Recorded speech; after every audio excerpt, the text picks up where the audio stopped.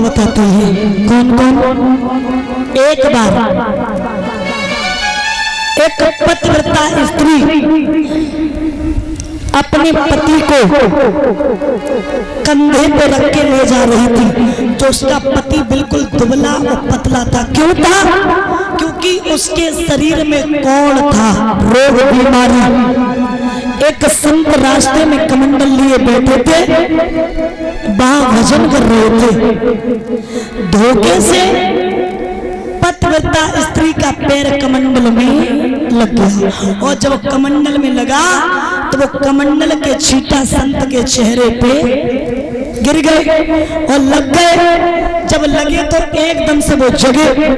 उन्होंने जवाब दिया, अपने पति के घमंड में चूर स्त्री, जा, अगर मैं सच्चा संत हूं तो सुबह तब होगा जब तेरे पति की मृत्यु हो जाएगी। सुबह का सूरज जब निकलेगा तेरे पति की मृत्यु हो जाएगी। तो महाराज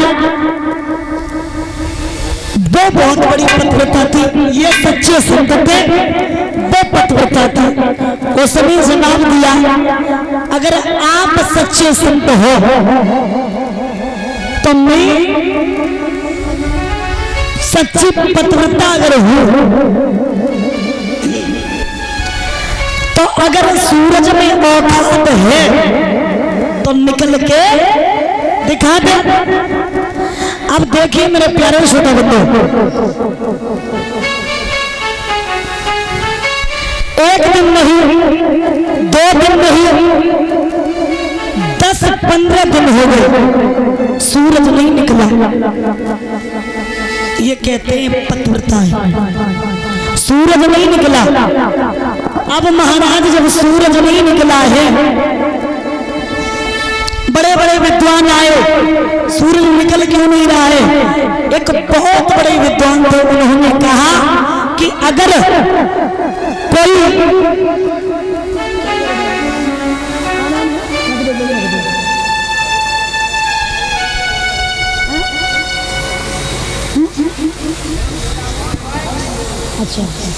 और ये महावीर बाबा नया वास है, 101 मुद्राओं से मन करे आशीर्वाद करना है।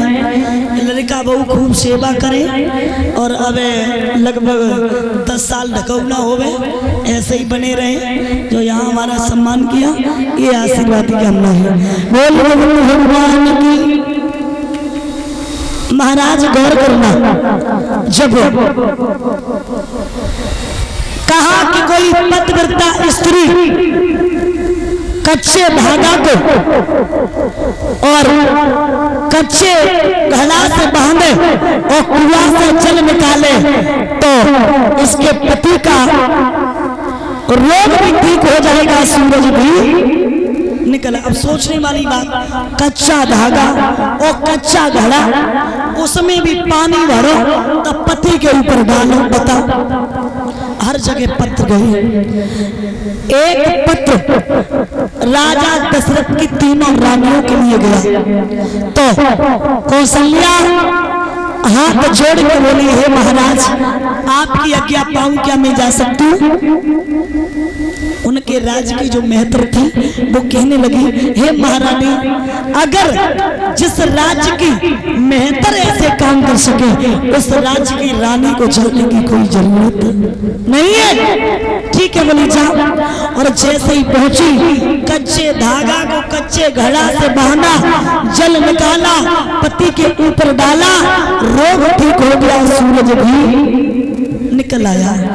दिमाग में झटका लगा, जब उस राज्य की मेहतर इतनी बलवान है, इतनी पतिव्रताएं हैं, तो उनके लिए, उनके बेटों के लिए धनुष तोड़ना कोई बड़ी बात नहीं है। और बाई चांस अगर कोई मेहतर धनुष तोड़ देगा तो वो तो प्रतिज्ञा है, शादी करनी पड़ेगी।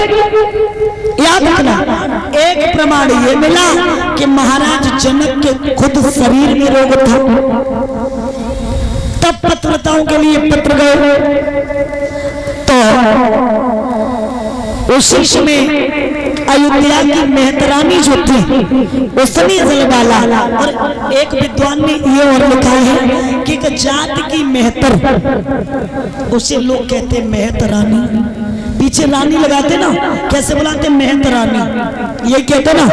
तो जात की मेहतर ये उपाधि प्रमाण मिलता है कि जनक ने दी थी जब जनक का रोग ठीक हो गया था कि आज से लोग मेहतर नहीं बल्कि तुम्हें मेहतरानी के नाम से बुलाएंगे, याद रखना। महाराज इसलिए पत्र नहीं भेजा, बाद में पत्र गया तो चारों भाइयों का विवाह हुआ। और जब विवाह हुआ तो परीक्षित जी बरातियन को गारी दी जाती है, तुम्हारे यहाँ दिवती और कह रहे अब तो हमारे पास टाइम ही ना रहते, ब्याह शादी हम देख ही ना पाते हैं, और जब हम पहले रहो करते थे तो हम खूब गारी देते। और कैसी गारी, और कह रहे गालियन में अंतर है पहले से और अब में। परीक्षित जी अब की गाली कैसी है कि तुम्हारी सो ठाड़े हुए सुन लियो, है ना, और महंगाई बड़ी तेज भैया थोरो थोरो खाइयो, है तुम्हारी सो नहर पे जाए पछताइयो, तुम्हारी सो हाईवे, ऐसी गाली देती ना, है। और ऐसी गुर्राओ मत समझी फटक दिए, है करो अरना वरना छीड़ लिए, ठीक है तमाकू चूना पान बना काती दैया तुम्हारे जैसे लड़के हमारे घूरे पे डरो। परीक्षित जी एक बात बताओ, जब घूरे ही पे डरो तो घूरे पे तो 2.5 लाख ब्याह करते हो, काय के लिए 10-15 लाख देते हैं। लेकिन देखिए जनकपुर की लड़कियों की जो गालियां थी वो किस प्रकार थी, गौर करना कि समधिया चंचल नारी ललाट जगे तीर से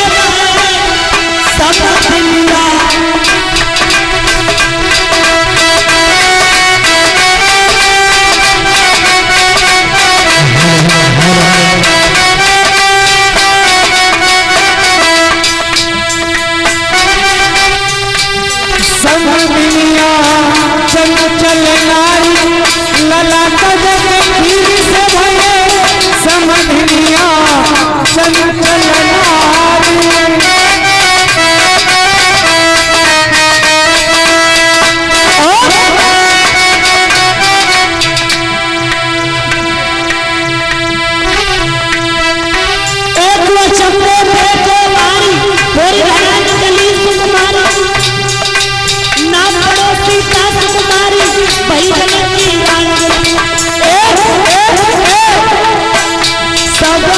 खुशी बहे नरनार समधिया चंचल नारी ललाट जगे तीर से भये समधिया चंचल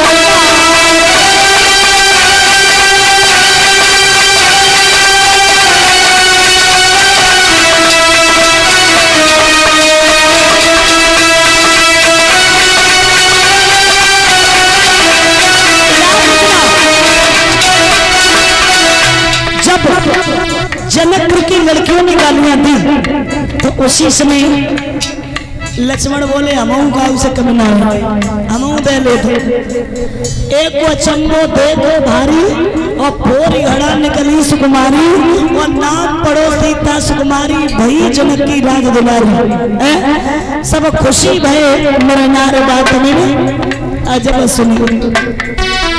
तो लड़की हमारी सुन लो, हमारी सुन लो।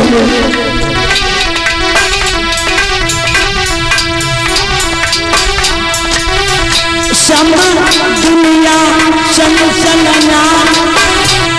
ललाट जगे तीर से भये समधिया चंचल नारी ललाट जगे तीर से भये समधिया चंचल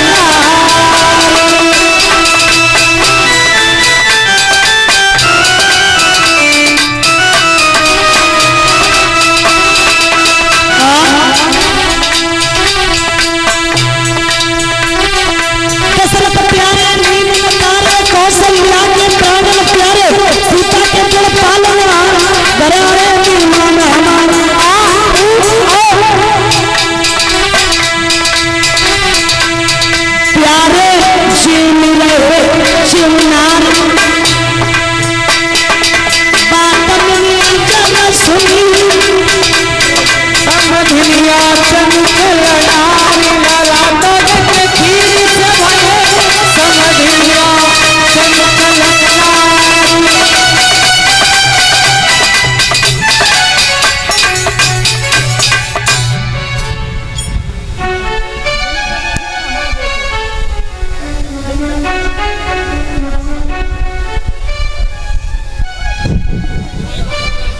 याद रखना मेरे प्यारे श्रोता बंधु, आज उसी समय विधि विधान से विवाह हुआ राम का सीता के साथ और लक्ष्मण का उर्मिला के साथ और भरत का मांडवी के साथ, शत्रुघ्न का सुरत कीर्ति के साथ चारों भाइयों का विवाह हुआ। और जब महाराज विवाह हुआ है